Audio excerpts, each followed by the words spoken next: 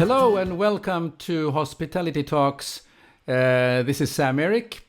A really warm welcome to everyone. I'd like to thank all the live viewers. We have few viewers already joining in, and I'd like to thank all the replay viewers.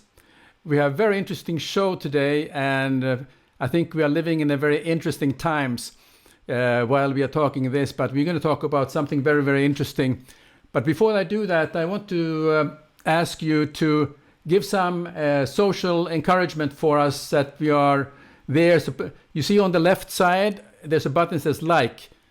Click it a few times, and that will also help us to elevate this broadcast in the LinkedIn algorithms, and that gives more people have a chance to see our show today. So again, let me bring in my partner in crime here, and that's Abid. Hello, Abid. Good to see you. Hi, Sam. How are you? Hello, everybody. I hope that we will have a few people from around the globe. As you all know, we adjusted the timing a little bit to make it possibly a little more convenient.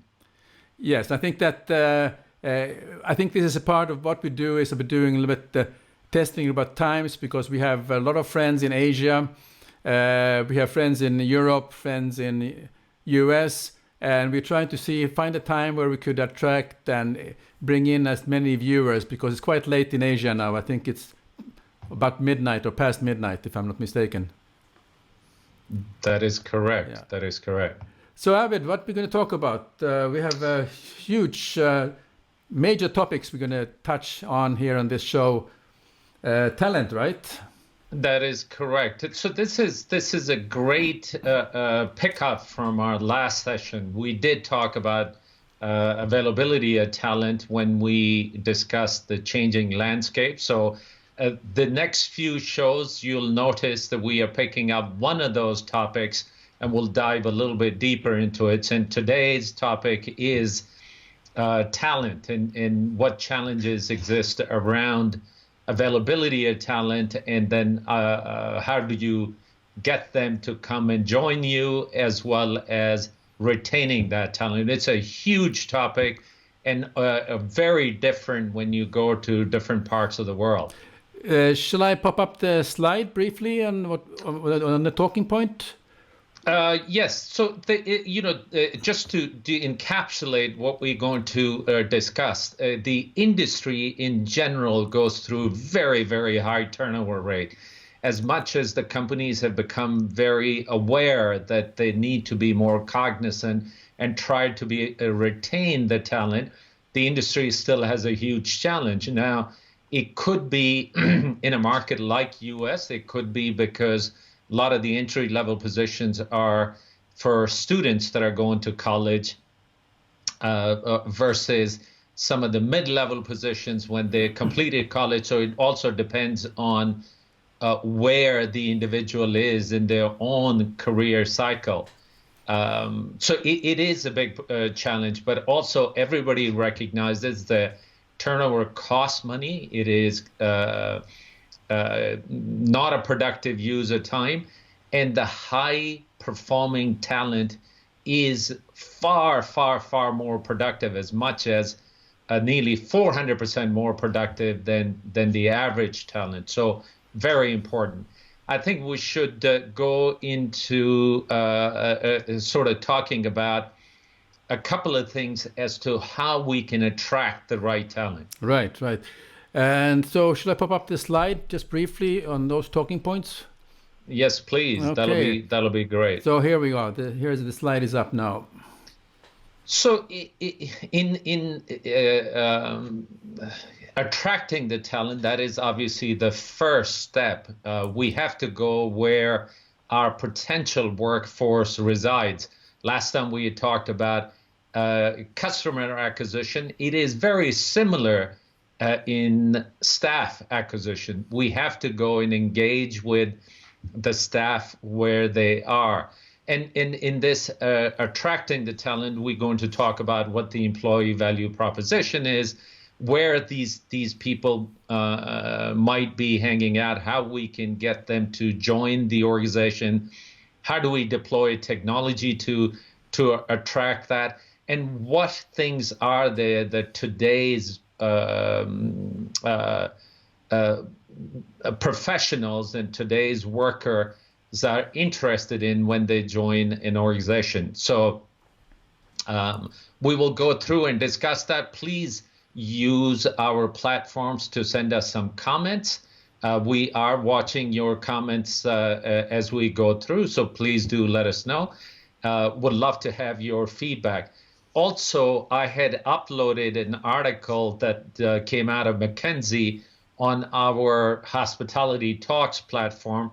It was very appropriate, very opportune timing when this article came up, and you can read that at your convenience. So starting out, employee value proposition, which includes what the company stands for, what the leadership is like, what do employees get out of working with the organization. It's a massive topic, but that's how a lot of us evaluate whether it is an organization that they want to join and stay with. And Sam and I were talking about it the other day as to how leadership plays a pivotal role in guiding and coaching the workforce. Yes. No, I think when you talk about attracting talent, and particularly I look things from how the world has changed and what social media impact is, or what hotels could be doing better. I follow quite a bit to see what different hotel companies are doing, and I just looked at an article of which are the top companies in the world who are best at using social media strategy to attract talent, and there was only one hotel company, that was Marriott. Obviously, it's a huge company. They are very successful what they're doing. Then there is some fast food chains. But more importantly, they are creating sort of a fun thing out of this in order to talk about their culture and in order to talk about their values and the inspiration, and also bring in their existing employees to these to do some clips or stories in the Instagram, because the young generation is spending a lot of time on Instagram, and that is the way how they are very cleverly promoting and telling exactly how it would be like to work in our place. And they are doing very successfully this. And this shows that I think it will benefit the hotels to really think about this. How can I attract the talent by telling what are the values, why is it worthwhile, why is it fun, why is it great to work for this particular company and this hotel. And it is simply not enough to post a job description or job profile and please apply for this job, because you have to be like a disruptor in this game. And some hotels say, well, we don't have a staffing for doing this. Our marketing is not equipped to handle. Our HR is not able to handle this. But I tell you, if couple of old guys like we're sitting here in front of you are able to sit once in a while and do a live video and talk about what's important, I'm sure in a hotel you have talent who can have an iPhone and a microphone and a little bit of daylight, and they can make these social strategy messages which have to be well thought out and to promote your property. And I can guarantee you that this will be a shift, because then you have people talking about your hotel in a very different way than they are doing now. You're spot on. And quite candidly, the engagement with the workforce starts at a very early age. I recently volunteered at a local high school career fair where I was obviously talking about representing the travel industry and the hotel industry and what kind of careers and jobs can be available for the potential students. I think the industry is challenged on several different fronts. The immigration laws are changing throughout the world, where foreign labor or accessibility to foreign labor is becoming an issue. Unemployment rates continue to be low in most of the world. So that presents that taxes people in where to go and find folks. And I also understand, having spoken to a couple of the schools that offer hotel programs, that enrollments in these programs appear to be sliding down. So it is critical that the industry collectively talks and engages with the future leaders of this industry so that they have a wider pool to work with. Sam talked about the virtual communities, social media, but at the same time, before people join, they also go to communities like Glassdoor, Job Advisor to read about what the real company culture is like, how their peers are rating the organization. And that's very important. That's also made available as technology has become a common place in the work environment. The entire process of recruitment, and of course, when they come on board, the onboarding process has to be well thought through so that people feel engaged right from the beginning. A lot of the organizations have used psychometric testing for predictive traits so that they find people that will fit in with the company culture. And sometimes that helps. Sometimes you might be losing out on some great talent as a result of that. So that has to be thought through, and the applicability has to be appropriate for your particular use. Go ahead. No, I was just, I read about this particular company that is promoting a way to, they are, let's say, airline like Lufthansa is giving a very specific profile. What is the ideal candidate for to work for Lufthansa? And then when in the interview session, when they're doing the interviews, and also when the potential employees are doing the video to promote themselves and so on, there's also like a assessment being made, and very quickly they will be seen whether they are are they suitable for this company. But I think there's some positives in there, but I think there's also some challenges that you are mentioning, that you may lose up. Somebody might not be an extrovert on video, but they have some other talent that maybe is of great value to the company, which may be lost out. And also, quite candidly, I don't know if any organization wants just the cookie cutter type of traits in their workforce, because then the innovation is going to be stunted. If everybody looks at the issues at hand through the same lens, that might or might not be the healthiest thing for the organization. You need different points of views and different people that attend to these issues differently. So that has to be kept in mind rather than finding an absolute homogenous workforce. Certainly, culture is extremely important, and it's got to be employee focused. It's got to have mission so that the workforce understands, so that the associates understand what they're there for, because they want to be feel like they belong.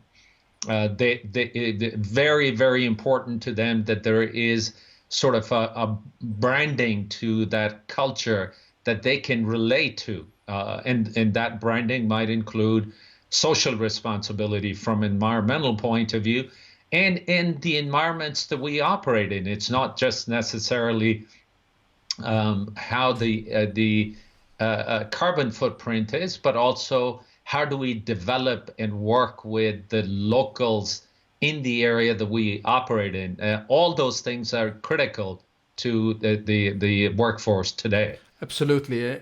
This is a very, very, very important point that you are raising about that the hotel is a driver of community, how they are engaging with the community, and also how they are helping the community people to have a better life. So it's not only about the job. So the people who are looking, and today's generation's talent are looking at this, how the hotel is looking at their participation in the community, and also to be sort of in a very positive way and a constructive way to help to improve the community around them.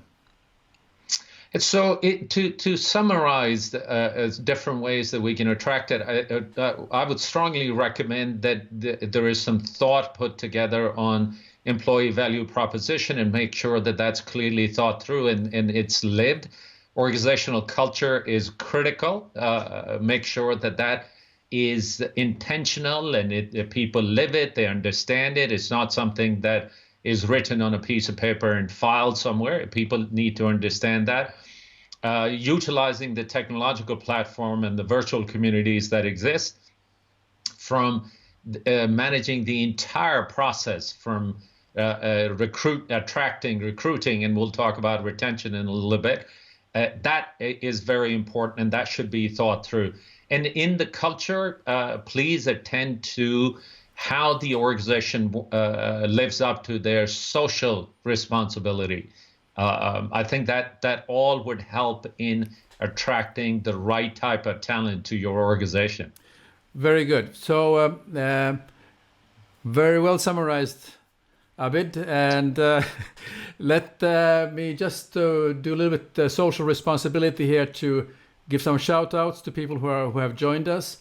We have Jan Oval. I hope you are here watching our show. Jan called me earlier to say, well, how can I join this broadcast? And I hope you are able to see us, and best regards to wherever you are at the moment. And then we have a shout out to Hakan.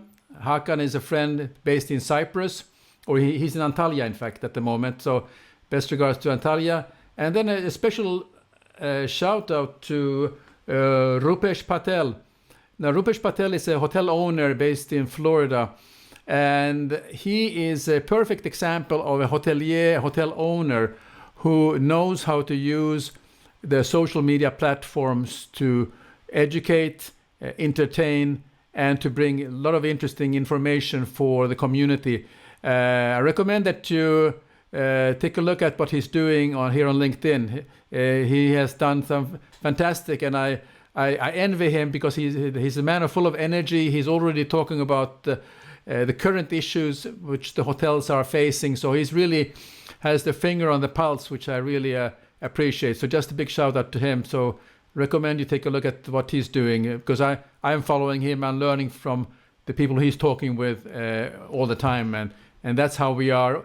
We are not trying to protect our Hospitality Talks group. It's basically sharing is caring. So more is better. We can share this information, who is involved and what's going on. And LinkedIn is growing very, very fast.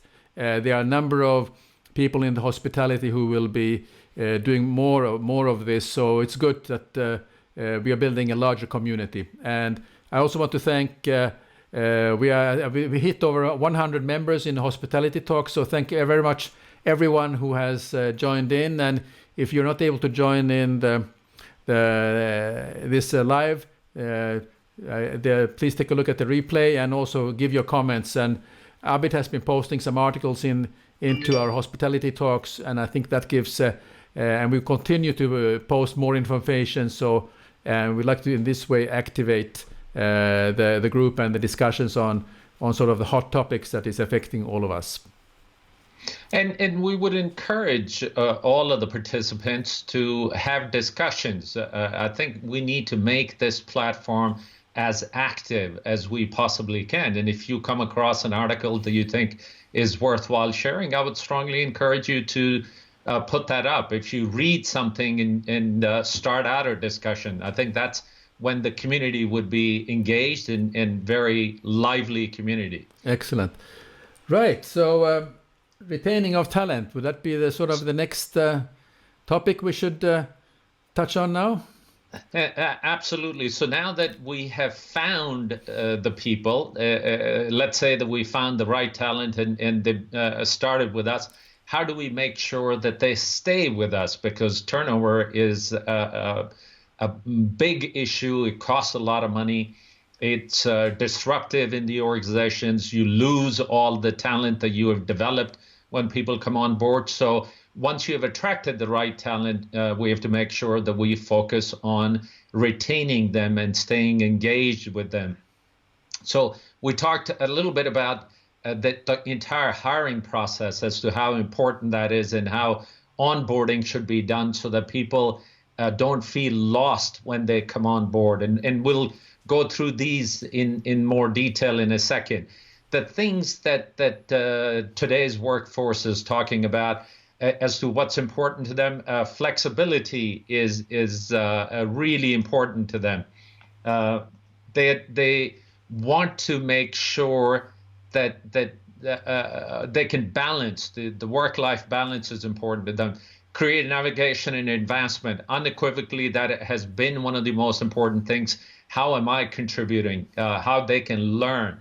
How is it that the staff is recognized? It's not all about how much money they make. That's certainly important, but it is how the people are recognized.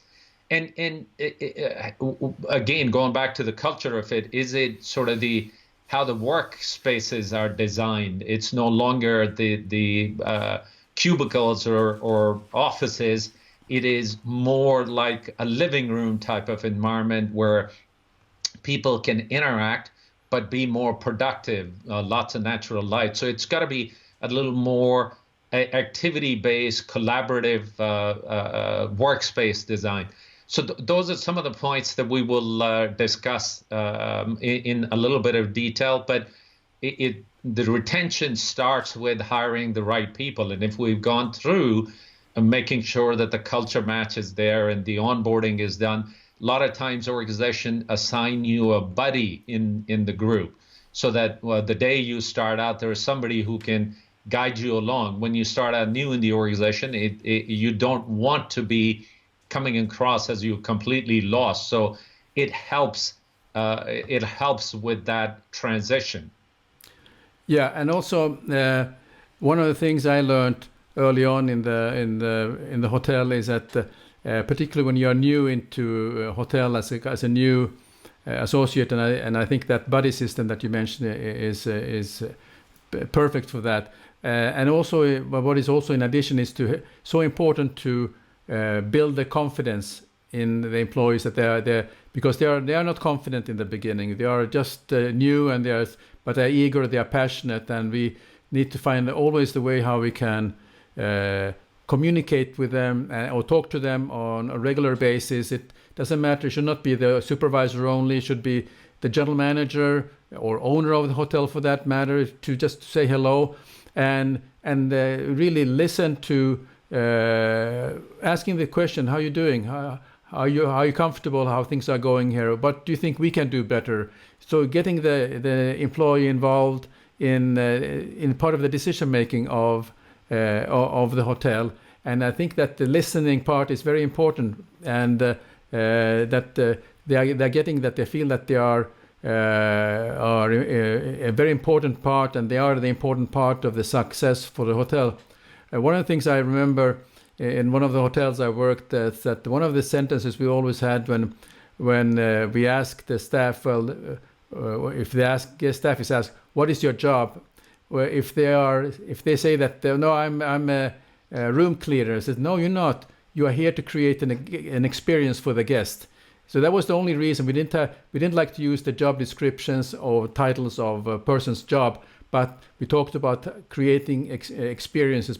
Of course, it involves a lot of training to bring this to the point that the staff who are room cleaners or who are in the kitchen, or they are in the different parts of the hotel who are doing all the sort of the heavy lifting, they are there to do the creating the experience and the next experience for the guests. So they're very, very important part.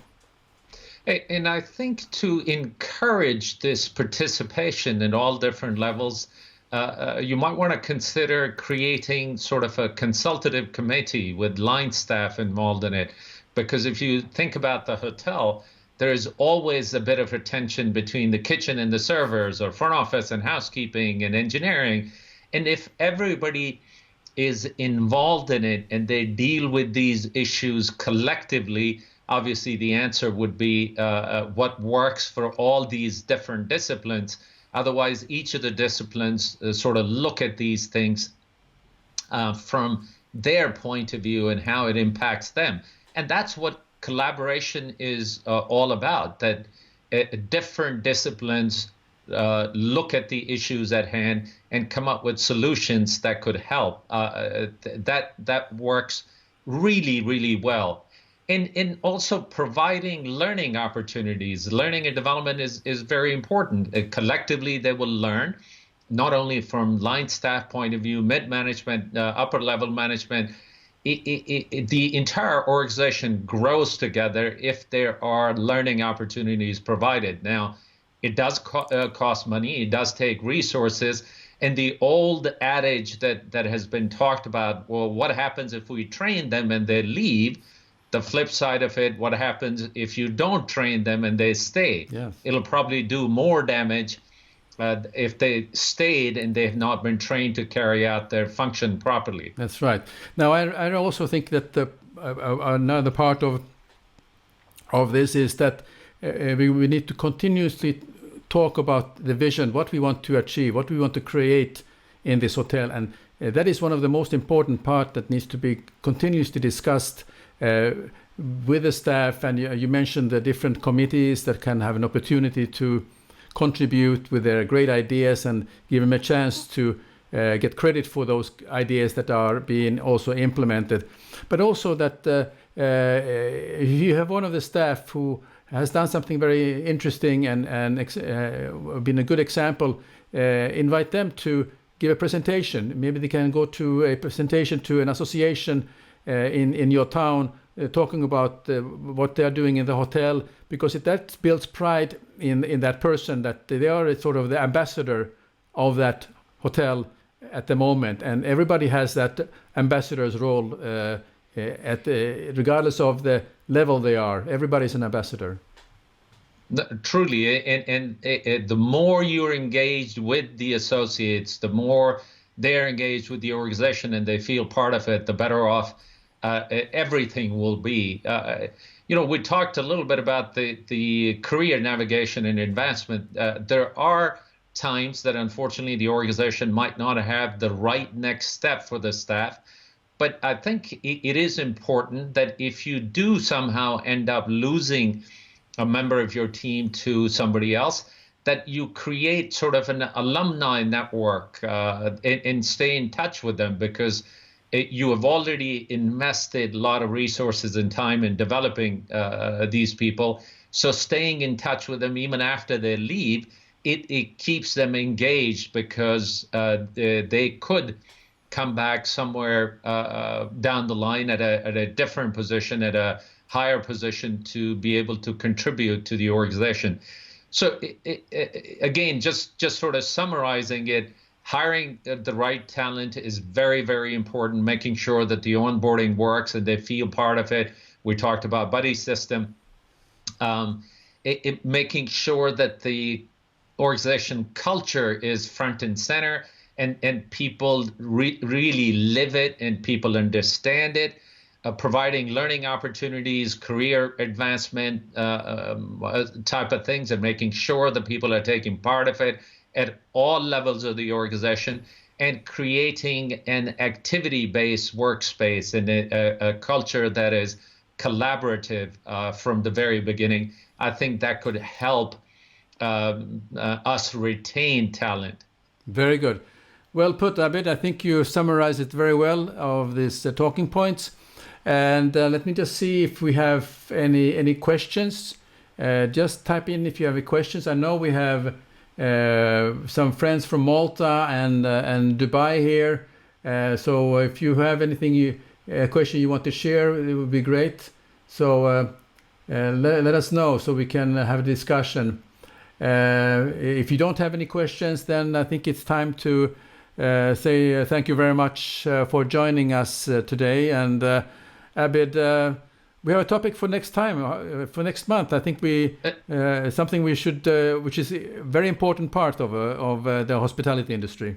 Absolutely. Just one closing comment on today's topic, if I may, Sam. All these different things I think might help reduce the turnover. But after you do all that, be prepared for the turnover because it's inevitable. Yeah. But please do share some of the things that you have done at your hotels to attract and retain the staff, and put some of the comments on our platform, Hospitality Talks. On to the next month's session that we will have. And again, we discussed it in the very first session. Next time we get all together, we're going to talk about sustainability, how the travel and tourism industry, but more specifically, how the hotels can help partake in sustainability efforts. Again, it's a huge topic, and I'm sure all of you are involved in it from different angles. Would love to hear what you do in preparation of the next month's topic, but that's what we are looking forward to discussing with you.